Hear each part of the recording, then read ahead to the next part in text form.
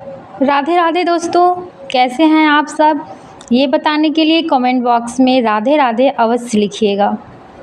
आज की वीडियो में नहाय खाए सरगी तथा पारण तक की संपूर्ण नियम विधि आपके साथ शेयर करूंगी। और अगर आपको मेरा यह वीडियो पसंद आए तो चैनल को सब्सक्राइब तथा वीडियो को लाइक कर दीजिएगा। हरितालिका तीज का व्रत भाद्रपद की तृतीया तिथि को की जाती है। इस साल 2024 में यह व्रत 6 सितंबर को शुक्रवार को हम रखेंगे। 6 सितंबर को व्रत रखने के लिए 5 सितंबर को ही हमें नहाय खाए की विधि पूरी करनी होती है।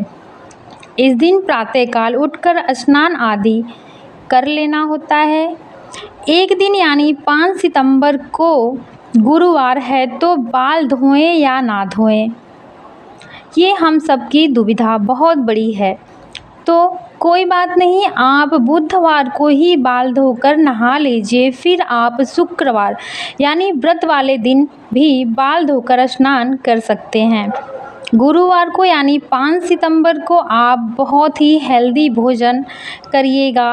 अगर आप गुरुवार को यानी नहाय खाए वाले दिन गरिष्ठ भोजन ग्रहण करेंगे तो आपको व्रत वाले दिन बार बार प्यास लगेगी, जिससे आपको प्रॉब्लम हो सकती है। वैसे भी इस साल मौसम काफ़ी ज़्यादा गर्म हो रखा है और सरगी के समय पर उदया तिथि के साथ ही ये विधि शुरू हो जाती है। तो सरगी में आपको अच्छी अच्छी चीज़ों का सेवन करना चाहिए, जैसे ड्राई फ्रूट, फल, दूध, बादाम का हलवा इत्यादि।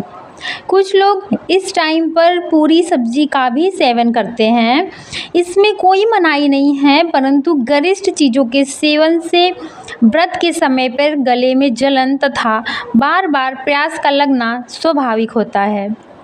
इसलिए मैं तो खास तौर पर इन सभी चीज़ों से दूर ही रहती हूँ। अगर मैं अपनी बात करूं तो मैं व्रत के सुबह सरगी के टाइम पर सबसे पहले थोड़ी सी मात्रा में चाय पीती हूं सुबह, फिर 1 गिलास पानी में ग्लूकोज मिलाकर पीती हूं। इससे व्रत वाले दिन कभी भी मुझे प्यास नहीं लगती तथा हरारत भी महसूस नहीं होती है।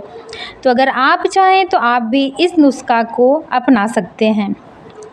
सरगी वाले दिन कौवा के आवाज़ आने से पहले ही आपको सरगी की विधि पूरी कर लेनी होती है, यानी कि आप सरगी वाले दिन सुबह 6 बजे तक आपको इस विधि को पूरा कर लेना है। फिर अगर आप चाहें तो सो भी सकते हैं, लेकिन अगर ना सोए ना तो ज़्यादा अच्छा होता है।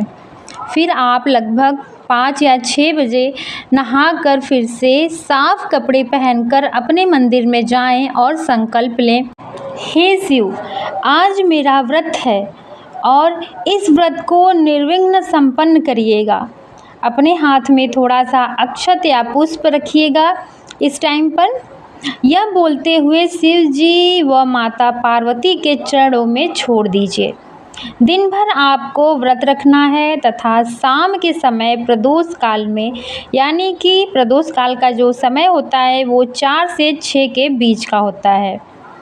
इस टाइम पर पूजा किया जाता है। तो तीज का भी पूजा इसी टाइम पे होता है, प्रदोष काल में। तीज व्रत के दिन सभी को पता ही होगा कि इस दिन भगवान शंकर व माता पार्वती की पूजा की जाती है।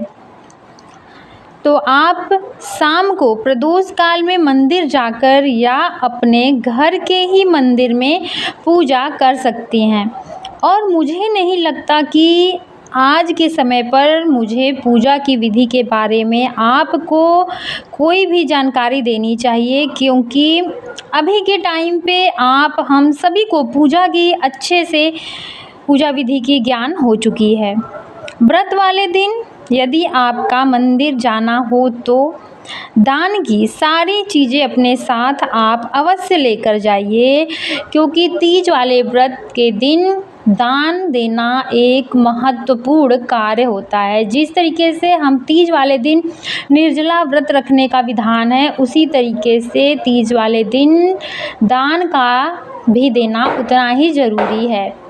आप दान में कुछ भी दे सकते हैं, अपने स्वेच्छा अनुसार आप अन्न का दान दे सकते हैं, फल का दान दे सकते हैं, श्रृंगार का दान दे सकते हैं, साड़ी, कपड़ा इत्यादि, पैसे, रुपए, आपको जो समझ में आए आप वो दान दे सकते हैं। तो अगर आप चाहें तो आप व्रत वाले भी दिन दान ले जा करके मंदिर में दे सकते हैं, या आप पारण वाले दिन जब आपकी पूजा इत्यादि संपन्न हो जाए, पारण वाले दिन जब आपका व्रत खुल जाए, आप उस टाइम पे जा कर के मंदिर में दान दे सकते हैं। इस तरीके से हमारी पूजा विधि जो होती है वो संपन्न हो जाती है। और पारण वाले दिन आपको प्रातःकाल उठकर स्नान आदि करके पूजा पाठ अपने मंदिर में अच्छे से करिए, अपने से बड़ों का आशीर्वाद ले लीजिए और फिर आप पानी, चाय इत्यादि ग्रहण कर सकते हैं। तो इस तरीके से पूजा हम सबकी संपन्न होती है तीज की। और मैं भगवान शिव से प्रार्थना करती हूँ कि हम सबकी तीज की व्रत की विधि निर्विघ्न संपन्न करें। हर हर महादेव।